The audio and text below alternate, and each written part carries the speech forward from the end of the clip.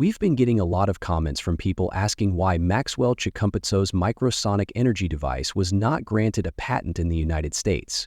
Today, we'll discuss the reasons behind this decision and share a video from one of Maxwell's interviews where he talks about the rejection and how it impacted his invention. According to Maxwell, his device was categorized as a perpetual motion machine, something that can run indefinitely without any external energy source. The U.S. Patent Office has strict regulations against granting patents for perpetual motion devices because they contradict the fundamental laws of thermodynamics and energy conservation. The principle of energy conservation states that energy cannot be created or destroyed, only converted from one form to another. This means the total energy in an isolated system remains constant. However, Maxwell's microsonic device claims to harness energy from ambient radio waves without needing an external power source. Typically, energy collected in this manner is in microwatts, which is far too little to power anything substantial. Small-scale energy harvesters are often used for low-power applications, such as sensors or tiny electronic gadgets. But Maxwell claims his device can generate power at the megawatt level, a massive leap from the usual output of such systems. That's enough energy to run a car, which normally requires a significant amount of power to operate efficiently, or supply electricity to 300 households. If true, this claim would completely change how people view energy generation and consumption. Essentially, it seems to create energy from nothing, leaving many experts confused. This concept contradicts well-established scientific principles. The law of conservation of energy states that energy cannot be created or destroyed, only transformed. Imagine a machine that powers cars and homes without requiring fuel or recharging. Such a device wouldn't just change everyday life, but would also challenge core scientific understandings. This idea goes against the principles of energy conservation and thermodynamics, which are foundation to modern physics. If Maxwell's claims were valid, the U.S. Patent Office likely classified his invention as a perpetual motion machine, an idea that has been repeatedly rejected throughout history. Many inventors over the years have attempted to build similar devices, only to be proven wrong. Current scientific understanding does not support the possibility of a machine that can run indefinitely without an external energy source. Perpetual motion machines are deemed impossible because they would require infinite energy or a complete disregard for the laws of physics. The first and second laws of thermodynamics make it clear that energy can only be converted, not created or destroyed. Any claim of a perpetual motion device is met with skepticism and requires thorough scientific validation. The quest to develop such a machine, while fascinating, often leads to a greater appreciation of the complexities of the physical universe. In an interview, Maxwell mentioned that the patent rejection has made it much harder for him to commercialize his device. Without a patent, he cannot legally protect his technology, making it difficult to license it to companies. Now we will show a clip from Maxwell's interview where he shares his perspective on the matter. Listen carefully and decide for yourself. Is this a case of a groundbreaking invention being held back by strict patent laws, or was the U.S. Patent Office justified in its decision? Maxwell has discussed patent laws on his Facebook page to help people understand how they work. Some inventions cannot be patented for specific reasons. For instance, if an invention creates a monopoly, it is automatically disqualified. Likewise, if an invention is considered new but potentially hazardous, it may also be denied. In Maxwell's case, his technology was viewed as violating fundamental scientific principles. Since patent examiners follow natural laws, they concluded that his device conflicted with the principles of energy conservation and thermodynamics. As a result, they ruled that his invention could not be applied for industrial use.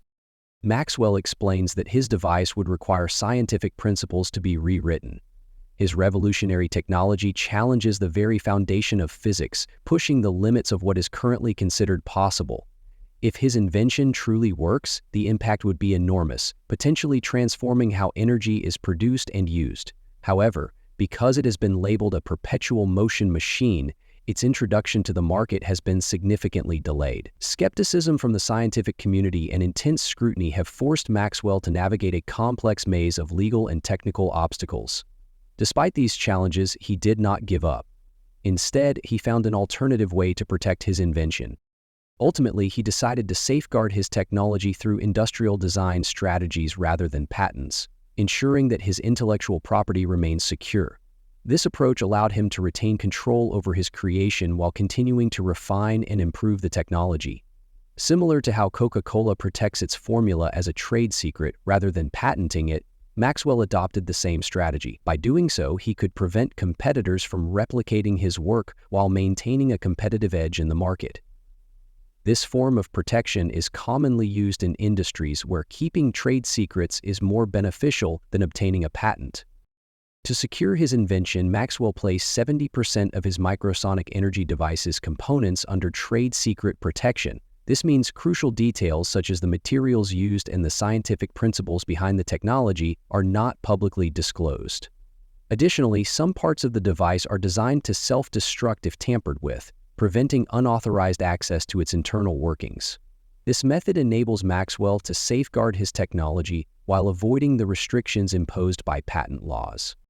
Maxwell acknowledges that not having a patent has created several obstacles. For example, when companies express interest in licensing his technology, they often hesitate because there is no legal patent protection. Without a patent, there is no guarantee that they will have exclusive rights to the invention. This uncertainty makes securing financial backing difficult.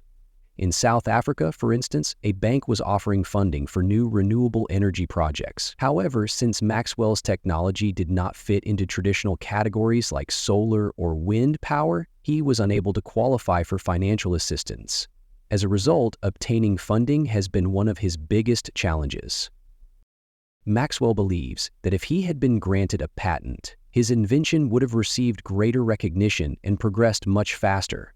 Nevertheless, he remains optimistic that his trade secret approach will help him overcome these difficulties. He has been open about the fact that he received little support from his home country. Most of his financial and technical assistance has come from Europe and the United States. He even invited American scientists to Zimbabwe to test his device, and they spent 13 days analyzing it. After their evaluation, they published a scientific report stating that the machine functioned as claimed. This led to Maxwell being featured in a documentary as one of the world's leading scientists. Despite this recognition, authorities in Zimbabwe have shown minimal interest in his invention. Maxwell has reached out to various government offices and ministries, but no substantial support has been provided. Meanwhile, investors from other nations have shown more enthusiasm, offering the financial resources needed to advance the project. Maxwell believes his technology could transform Zimbabwe's economy. Energy shortages have been a significant issue for industries such as agriculture and manufacturing. If his invention proves successful, it could attract international investors and reduce energy production costs, boosting industrial development in the country. He remains hopeful that one day his home nation will recognize the value of his work, but for now, he continues moving forward with the support of global investors and scientists. What are your thoughts? Is Maxwell Chikumbutso onto something revolutionary, or is the scientific community justified in its skepticism? Let us know in the comments.